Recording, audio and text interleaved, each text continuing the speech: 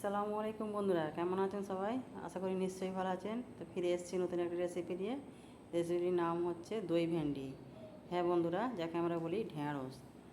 তো অতি সহজ আর সিম্পল একটি রেসিপি, যা ঘরে থাকা সামান্য উপকরণ দিয়েই বানাবো। তো ভিডিওটি স্কিপ না করে প্রথম থেকে শেষ পর্যন্ত দেখুন।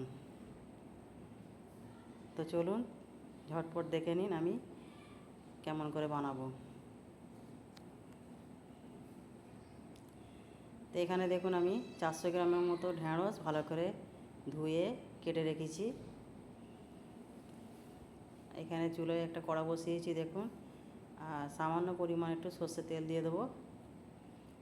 আর ঢ্যাঁড়সগুলো ওই তেলের সঙ্গে ভালো করে ভেজে নেব। আর এখানে দিয়ে দেবো হাফ চামচ নুন। তো নুনটা দিয়ে ভালো করে ঢ্যাঁড়সগুলো ভেজে নেব। তো ঢ্যাঁড়সটা একদম ফুল হাই আঁচেই ভাজবো। দেখুন আমার ভাজা হয়ে গেছে, তো তুলে নেব। তো ওই কড়াতে আর একটু তেল দিয়ে দেবো। তো ফোড়নের জন্য দিয়ে দেবো 2 শুকনো লঙ্কা, আর হাফ চামচ দিয়ে দেবো 5 ফোড়ন। তো এইগুলো তেলের সঙ্গে ভালো করে একটু ভেজে নেব। আর এখানে দিয়ে দেবো হাফ চামচ রসুন আর হাফ চামচ আদা। তো আদা রসুনটাকে ভালো করে তেলের সঙ্গে একটু ভেজে নেব।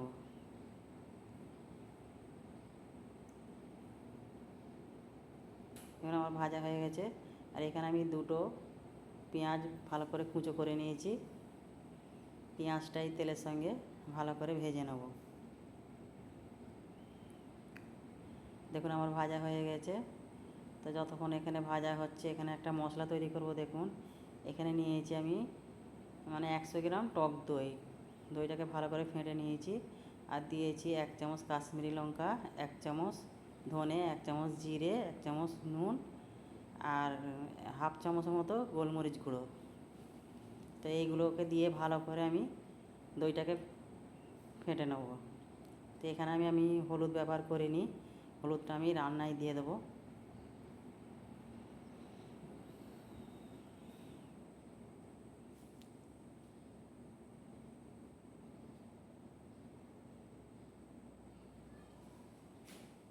দইটা আমার ফাটানো হয়ে গেছে। এখানে আমি দিয়ে দেবো ঝালের জন্যে 2টো কাঁচা লঙ্কা কুচি।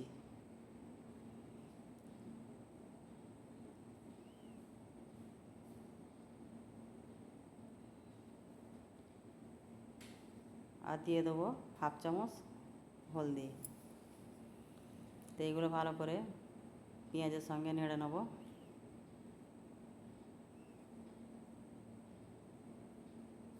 আর যে মশলাটা আমি তৈরি করেছি, সেই মশলাটা এখানে দিয়ে দেবো। আর সামান্য ওই পেঁয়ালাটায় জল গুলে মশলাটা দিয়ে দেবো।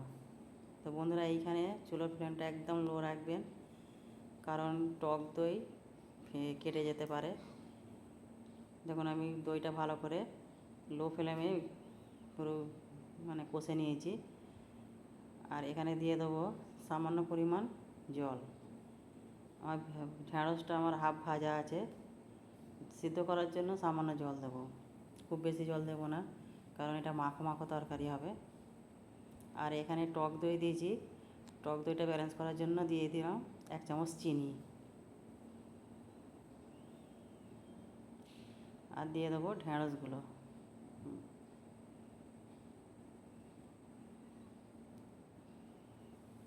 তো ঢ্যাঁড়সগুলো দিয়ে দিলাম ভালো করে, এবারে নেড়ে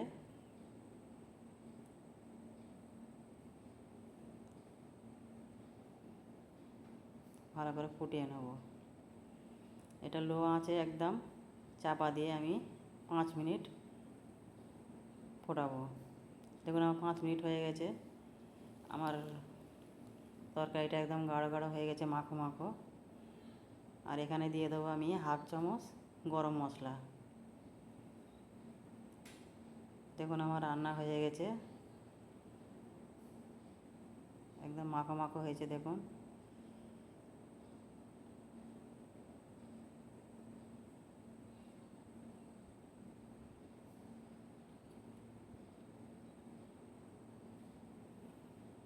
আমার রান্না হয়ে গেছে দেখুন।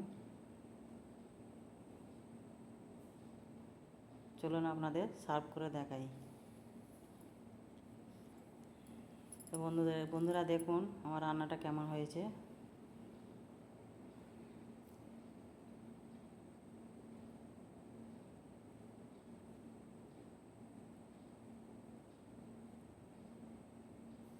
চলুন আপনাদের সার্ভ করে দেখাই। তো আমার এই রেসিপিটা যদি ভালো লেগে থাকে অবশ্যই কমেন্ট করবেন, আর আপনারা অবশ্যই বাড়িতে একবার রান্না করে দেখুন।